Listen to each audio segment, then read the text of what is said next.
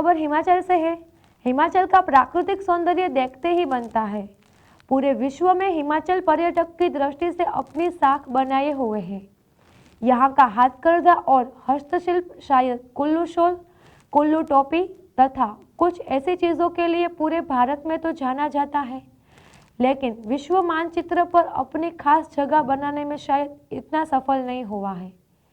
7 अगस्त 2021 को शिमला में राज्य हस्तशिल्प और हाथकरघा निगम ने कॉमर्स में अग्रणी स्वदेशी कंपनी फ्लिपकार्ट के साथ एक समझौता किया, जिसमें हिमाचल के हाथकरघा और हस्तशिल्प के उत्पादकों को फ्लिपकार्ट पर बिक्री के लिए रखा जाएगा। यह बहुत अच्छी पहल है। इससे प्रदेश के करीब 20,000 शिल्पकारों और बुनकरों को लाभ पहुंचेगा। हिमाचल में शॉल, पट्टू, मफलर, स्टॉल, लोई, टोपी, पुला, ऊनी जुराबे, दस्ताने, कांगड़ा और चंबा में वस्त्रों और रुमाल पर अनूठी उत्पादन नालगढ़ तथा चंगर क्षेत्र में बनाए जाने वाली दरिया, खेसी, कई जगह लकड़ी, मिट्टी और धातु के बर्तन बहुत ही निपुणता से बनाए जाते हैं। बुनकरों को शायद उनके हिस्से का सम्मान और लोकप्रियता कभी नहीं मिली। आप लुधियाना में मशीनों और होजरी में बनाए गए शॉल और बुनकरों द्वारा बनाई गई शॉल में एकदम फर्क महसूस कर सकते हैं। अगर आपकी नज़र जरा भी पारखी है, सरकार को इस बात का संज्ञान लेना चाहिए कि स्थानीय बुनकरों को इससे कितना नुकसान हो रहा है।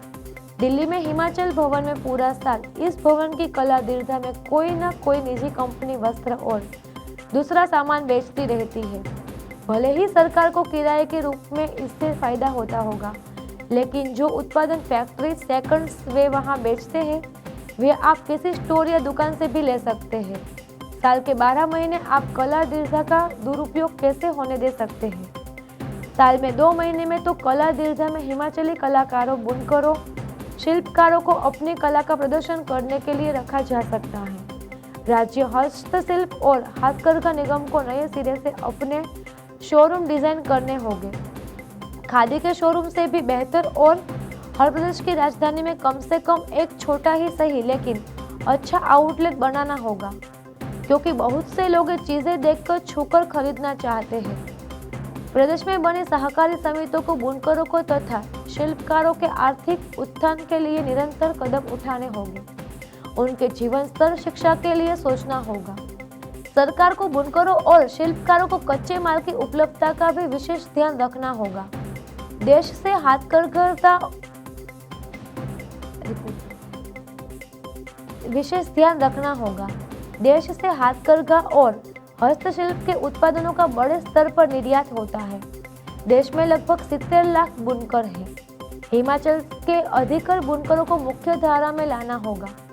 पिछले साल देश से लगभग 3100 मिलियन डॉलर का हस्तशिल्प और हाथकरघा वस्तुओं का निर्यात अमेरिका, इंग्लैंड, जर्मनी तथा यूरोप और खाड़ी के कुछ देशों में किया गया।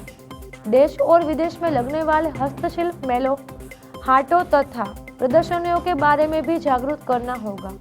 हाथकरघा और हस्तशिल्प की पूरी सोच को आधुनिक बनाने की जरूरत है। प्रदेश की आर्थिक प्रगति में यह एक खास योगदान हो सकता है। हिमाचली बुनकरों और शिल्पकारों का विश्व के बाजार में प्रवेश होना चाहिए, ताकि उन्हें वाजिब दाम मिल सके।